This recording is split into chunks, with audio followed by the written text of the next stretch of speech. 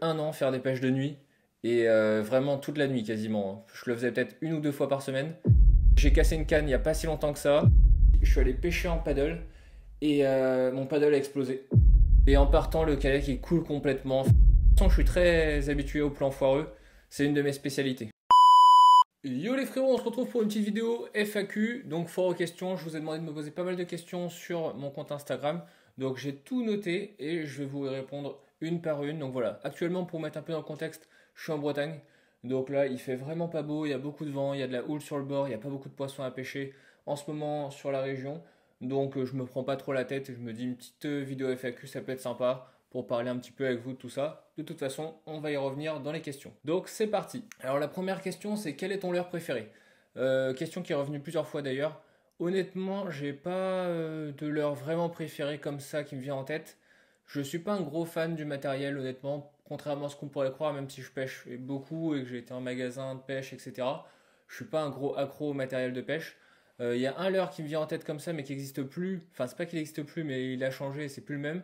C'est le stick shad. C'était Séville à l'époque qui le faisait, et en Guadeloupe c'était un carton. C'était énorme, ce leurre-là, ça prenait de tout et tout.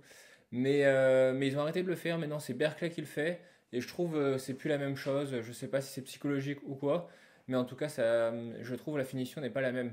Donc ils ont gardé le moule, ils ont enlevé certaines tailles, donc je trouve que voilà, c'est plus aussi efficace qu'avant. Sinon, certainement le Bucktail, que j'aime beaucoup, j'en parle souvent, donc voilà, c'est un de mes leurs préférés. On m'a demandé si j'étais définitivement en Bretagne, donc non, je ne suis pas définitivement en Bretagne, c'est juste que là je suis de passage, je pensais pas rester aussi longtemps, mais mine de rien, bah, j'avais des trucs à faire, etc. La famille à voir, parce que moi je suis originaire de Bretagne à la base. Avant de repartir, j'ai un autre projet derrière que je veux garder un petit peu secret pour l'instant parce que ça peut être sympa de le dévoiler au fur et à mesure sur la chaîne. Mais j'ai un projet de voyage long terme, donc ça va être ça. Mais pour l'instant, je suis en Bretagne, j'en profite. Il fait pas beau, mais normalement les belles journées devraient commencer à arriver, donc je pense que je vais quand même les passer ici pour essayer de faire des vidéos ici dans le coin et en profiter. Donc pour l'instant, je suis en Bretagne, mais c'est pas définitif du tout. Alors, une des questions qui est pas mal revenue aussi, c'est pourquoi tu pêches plus en Guadeloupe? Bah, tout simplement parce que j'y suis plus, je suis parti vu que je suis en Bretagne là actuellement. Je pense revenir quand même, il y en a qui posaient la question, pour faire des sessions. À savoir si ce sera du long terme ou du court terme, je sais pas encore, j'ai pas trop d'idées sur mon avenir vraiment précises. Ce sera pas tout de suite en tout cas, mais moi, comme vous le savez, j'adore la Guadeloupe et franchement, j'aime beaucoup. Après, c'est vrai que je pense que niveau contexte, que ce soit professionnel ou autre, il y a des avantages et il y a des gros inconvénients aussi en Guadeloupe, comme vous le savez. Donc voilà pourquoi je ne vais pas revenir de sitôt, mais je reviendrai. Penses-tu pêcher en Martinique un jour? Ouais, bah si je passe en Guadeloupe, je passerai forcément en Martinique parce que grâce au réseau, bah forcément, j'ai développé une communauté assez grande, même s'il n'y a pas encore une grosse communauté, mais mine de rien, ça fait beaucoup de connexions et moi j'aime beaucoup discuter avec les gens, etc. Donc très rapidement, je peux très bien aller pêcher avec un gars qui me dit j'habite à 300 km, viens faire une session. Si on a le feeling et tout, je vais faire une session avec lui. Donc je pense que si je vais en Guadeloupe, bah, je descendrai en Martinique faire une session ou deux avec les gens de la communauté. D'ailleurs, en Guadeloupe, j'avais fait une petite rencontre abonnée. Bon voilà, c'était pas la folie, on était peut-être une dizaine. C'était au début de la chaîne aussi. Et franchement, c'était bien cool. Même il y aurait eu une seule personne, ça aurait été sympa. Donc franchement, c'était cool. Et je veux garder ce lien assez proche avec les gens, c'est assez important pour moi. Ouais, je pense que je passerai en Martinique, un de ces quatre. Salut Nico, penses-tu faire des vidéos de pêche en kayak et aussi pratiquer le slow jig? Pêche en kayak, j'en ai fait, enfin j'ai pêché en kayak pendant pas mal de temps, mais pas en super kayak équipé et tout, j'avais pas trop les moyens. Mais je pense pas forcément le faire dans l'immédiat, mais ouais, j'aimerais bien franchement pêcher en kayak. Et le slow jig, j'aime bien. Après le peu que j'en ai fait en Guadeloupe, c'est vrai que ben, j'ai perdu beaucoup de jigs, hein. Je me suis fait couper énormément, etc. Et je trouve que le slow jig, c'est un peu le revers de la médaille, c'est qu'on en perd pas mal. Après avoir là où tu pêches, etc. Mais c'est vrai que c'est une super technique qui marche très bien. Mais j'ai pas poussé plus que ça, j'avoue. Et sinon, en Guadeloupe, pour ce que j'y connais en termes de kayak, il y a deux, trois groupes, on va dire, qui sont assez actifs, notamment sur Basse-Terre. Il y en a un. Il y a des gars en Grande Terre aussi, bon voilà. Mais je connais deux, trois gars, ils pêchent qu'en kayak et ils cartonnent et ils font vraiment du très très beau poisson. Je peux venir pêcher avec toi du bord. Donc ça, c'est une question qui revient assez souvent. Et ouais, il n'y a pas de souci. Franchement, il n'y a pas de souci. Je suis assez ouvert. Tant que j'ai pas 15 000 demandes à la journée, je pourrais le faire. Donc pour l'instant, je n'ai pas beaucoup. Et du coup, je le fais, hein. Quand on me demande si... quand on me demande d'aller pêcher, moi je suis chaud, hein, tout le temps, donc carrément. Carrément, carrément. Si après je suis honnête, si je dis qu'il y a trop de monde, si j'ai envie d'être tranquille, je le dis aussi. Donc voilà, pas de souci avec ça. Mais ouais, bien sûr, si tu vois que je suis par chez toi, etc., tu me passes un message sur Insta. Pour l'instant, j'ai pas trop de demandes, j'arrive à répondre à tout le monde. Et si c'est pas le cas, je vous le dirai de toute façon. Mais carrément, je suis chaud pour aller pêcher à tout moment. Tu aurais des conseils pour démarrer la pêche? Je n'arrive pas à trouver des trucs clairs en ligne. Ça dépend vraiment de ton style de pêche, ça dépend où tu habites, ça dépend de plein de choses. Moi, j'aurais quand même tendance à te conseiller d'aller dans le magasin de pêche du coin. Si tu en as deux trois, c'est mieux, comme ça tu peux comparer. Tu demandes aux vendeurs. Et en général, si ils comprennent tes besoins, ils comprennent ton budget, etc., ils arriveront à te faire une proposition adaptée à ce que tu veux. C'est le mieux à faire. Donc si tu es en Guadeloupe, typiquement, vu qu'il y en a beaucoup qui ont posé des questions sur la Guadeloupe, je pense que c'est peut-être le cas. Tu vas à Dulac, tu vas à Martin Pêcheur, tu peux aller. Déjà, tu vas dans ces deux magasins-là, c'est pas mal. Je n'ai pas trop d'autres idées, mais ouais, tu vas dans ces deux magasins, tu vois si tu as des infos qui te conviennent et tout. Mais normalement, c'est le cas et tu vas vite t'y mettre et à mon avis, ça ira très très vite après. Et si toutefois tu veux des infos en ligne, bah essaye de trouver des youtubeurs de ta région et n'hésite pas à les contacter sur Instagram, tu peux poser des questions, généralement ils peuvent répondre s'ils ont le temps. Et sinon, regarde le matériel qu'ils ont, tout simplement. Regarde comment ils pêchent, si ça te convient, si tu as envie. Et c'est le plus simple à faire.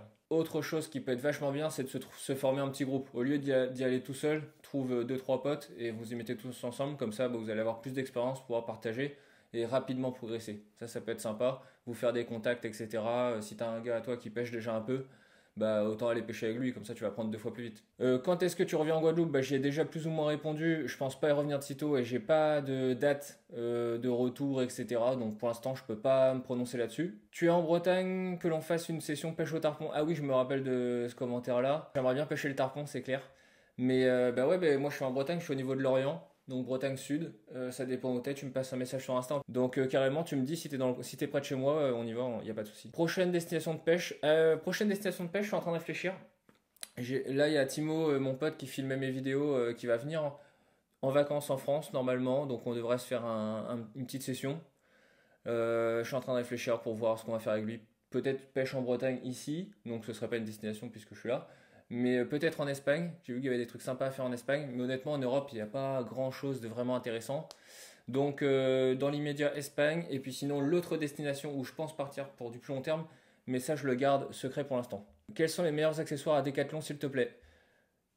Je n'ai aucune idée. Franchement, je consomme pas trop Decathlon, même s'ils font des super trucs. En tout cas, pour la pêche en métropole, pour le reste, honnêtement, je ne conseille pas forcément. Mais ils font des trucs très très bien. Donc voilà, après, j'ai pas d'idée pour les accessoires, honnêtement. Quel est ton spot de pêche préféré en Guadeloupe et pourquoi? Euh, Comme ça, je dirais la Pointe des Châteaux. Comme ça, c'est ça qui me vient à l'idée. Pointe des Châteaux. Parce que c'est là où vraiment j'ai commencé. Et j'ai trouvé vraiment ça sympa. Tu peux prendre de tout, des beaux poissons. Il y a de la quantité, même si ça a vachement baissé ces derniers temps. Tu peux faire du leurre, tu peux faire de l'appât. Grosse diversité de poissons et cadre magnifique. Donc moi j'aime bien la Pointe des Châteaux. Après je pêche partout, j'ai pêché partout un peu en Guadeloupe. Anse Bertrand c'est très intéressant aussi. Toute la côte du Moule qui est au vent, Gros Cap, tout ça c'est pas mal aussi. Bon faut connaître un peu mais c'est vraiment sympa. Ouais sinon c'est ça, Des, j'ai pas mal pêché à Des aussi. Des, Sainte-Rose, j'ai bien aimé aussi. Voilà, mais c'est vrai que je dirais Pointe des Châteaux. Ah oui, aussi Saint-Félix. Saint-Félix, c'est incroyable quand même. Et puis, c'est toujours un moment de convivialité. Donc, Saint-Félix, c'est vraiment sympa aussi. Je le donne, pour moi, c'est un spot qui est tellement connu que je pense que ça sert à rien de le cacher. As-tu déjà eu une session de pêche catastrophique? Raconte-nous la pire. J'en ai eu plein des sessions de pêche catastrophiques. J'ai fait plein de pêches de nuit. Je pense que j'ai fait. On avait un objectif une fois, j'ai dû faire peut-être pendant presque un an faire des pêches de nuit. Et vraiment toute la nuit quasiment. Je le faisais peut-être une ou deux fois par semaine. Et j'ai mis un an à avoir le résultat que je voulais. Donc plein de sessions, on prenait rien, on galérait, etc. etc. Ça m'est arrivé beaucoup. Donc ouais, des pêches de nuit interminables, j'en ai fait, mais c'était toujours dans la bonne ambiance. Donc franchement, je pense pas que j'ai de session catastrophique parce que c'est toujours dans la bonne ambiance. En général, je pêche rarement seul. Donc j'étais toujours avec les copains, on faisait barbecue, etc. Donc c'est toujours bon délire. J'ai cassé une canne il y a pas si longtemps que ça, avec Michael, il se reconnaîtra peut-être. Sur son bateau, je forçais comme un âne alors que je pense qu'en fin de compte, je devais être accroché quelque part dans le fond, enfin bref, ou un filet, je sais pas, et j'ai pété ma canne. Ça, c'est une petite anecdote. J'ai failli couler, hein, on va dire, en kayak, entre guillemets. En tout cas, enfin, j'avais loué un kayak et il prenait l'eau au complet. Et du coup, ça c'était aussi un peu catastrophique, on avait dû écourter la pêche. Et là, dernièrement, d'ailleurs, il y avait une vidéo sur le sujet. Avec Loïc, je suis allé pêcher en paddle et mon paddle a explosé. Donc, heureusement, on n'était pas très loin et heureusement, j'étais avec Loïc et il m'a ramené. Mais mon paddle a explosé. D'ailleurs, c'est Loïc qui l'avait gonflé, je pense qu'il avait mis un peu trop de pression. Quel est le poisson le plus impressionnant que tu aies attrapé et avec quelle leurre? Comme ça, instinctivement, je dirais le thon jaune que j'avais pris au large et au jig. Et le leurre, c'est un Black Magic Flutter Jig de mémoire. Je vous mets une photo. Et ouais, franchement, trop impressionnant. Le thon jaune, c'est magnifique. C'est assez commun pour beaucoup, mais c'est un super beau poisson et je trouve ça incroyable quand même. Et le poisson au bord que j'ai trouvé le plus impressionnant, je pense que c'est un snook que j'ai pris. Et c'était fin de journée, c'était assez incroyable. Ouais, il y en a deux, je pense. Fin de journée, snook en pêchant sur une plage, il y avait plein de frégates d'oiseaux et tout, c'était la folie. Et je prends un snook au leurre dur juste en dessous de la surface. Et c'est rare quand même qu'il monte au leurre dur comme ça, en tout cas en Guadeloupe, je trouve. Et c'était un putain de moment, donc assez incroyable. Et le leurre, je peux pas le donner. Enfin, c'est pas que je peux le donner, mais j'ai pas envie de le donner. On me l'avait conseillé, mais la personne le gardait un petit peu secret, entre guillemets. Donc j'ai pas forcément envie de le dévoiler, surtout sur YouTube. Et sinon, je pense au Karang à Saint-Félix. Franchement, c'est incroyable, ça arrache la canne et c'est exceptionnel. Et en termes de leurre, j'avais pris au Rapala X-Rap notamment. J'avais pris au jig, pas mal. Je balançais des jigs avec un hameçon simple. Voilà, sinon le stick shad, hein, classique. Pourquoi as-tu lancé ta chaîne YouTube et comment tu as réussi à la faire grandir? Pourquoi j'ai lancé ma chaîne YouTube? C'est assez intéressant. En fait, c'est que je pensais déjà à quitter mon taf là où je travaillais et j'avais une super relation avec les gens, les clients, etc. Et c'est quelque chose que j'appréciais énormément. Et je me suis dit, bah, la chaîne YouTube, ça peut au moins permettre aux gens d'être toujours connectés avec moi, de toujours pouvoir partager avec eux. Donc c'est pour ça que je l'ai fait à la base. Et après, je trouve ça intéressant. Je pense que c'est un peu l'avenir, les réseaux sociaux, mine de rien. Donc même si vous êtes jeune, si vous avez une passion, que ce soit la pêche ou autre, ou n'importe quoi, je pense que ça peut être intéressant de l'exposer sur les réseaux. Et franchement, il y a beaucoup d'opportunités qui en découlent, donc c'est assez sympa. Et après, comment as-tu réussi à la faire grandir? Bon, honnêtement, elle est très jeune la chaîne, et je pense que il y a beaucoup d'exemples qui font ça beaucoup mieux que moi. Mais bon, après, moi, je me prends pas trop la tête, entre guillemets, j'ai vraiment envie de partager. Si ça intéresse deux personnes, ça intéresse deux personnes, ça me fera toujours plaisir. Si après ça intéresse plus de monde, bah, c'est encore mieux et il y aura plus d'opportunités du coup. Quel est ton meilleur conseil pour quelqu'un qui veut débuter la pêche en Guadeloupe? Bah, comme je l'ai dit, magasin de pêche, regardez mes vidéos, ça peut être sympa. Pêcher au vif, parce que le vif c'est super facile pour prendre du poisson, je trouve, et prendre des beaux poissons. Être très observateur et regarder les oiseaux. Et idéalement, si vous avez un peu de moyens, prendre un guidage, ça peut vous faire gagner pas mal de temps. Ou être un peu sur les groupes, essayer voilà, d'apprendre comme ça, c'est top. Et prendre du plaisir. Avant tout, prendre du plaisir, c'est le plus important. Et partager tout ça parce que c'est une richesse qui est en Guadeloupe et je pense qu'il y en a beaucoup qui ne s'en rendent pas compte. Quelle est ta prochaine grosse vidéo que tu prépares pour ta chaîne? Honnêtement, les vidéos, je les prépare pas trop à l'avance. Je les fais un peu au feeling, suivant les pêches et tout. Là, je pense que ça va être plutôt de la pêche au bar, du coup, dès que ça va rentrer. Essayer de se faire des belles sessions. Après, pourquoi pas aller pêcher un poisson en eau douce qui m'intéresse pas mal, alors que l'eau douce, franchement, c'est pas mon truc, mais le silure, ça a l'air d'être un truc un peu incroyable, donc j'ai bien envie de toucher un silure pendant que je suis en France, ça me paraît intéressant. Donc voilà, ce sera sûrement ça. Les projets, pourquoi pas faire des projets sur plusieurs jours, ça peut être un truc sympa.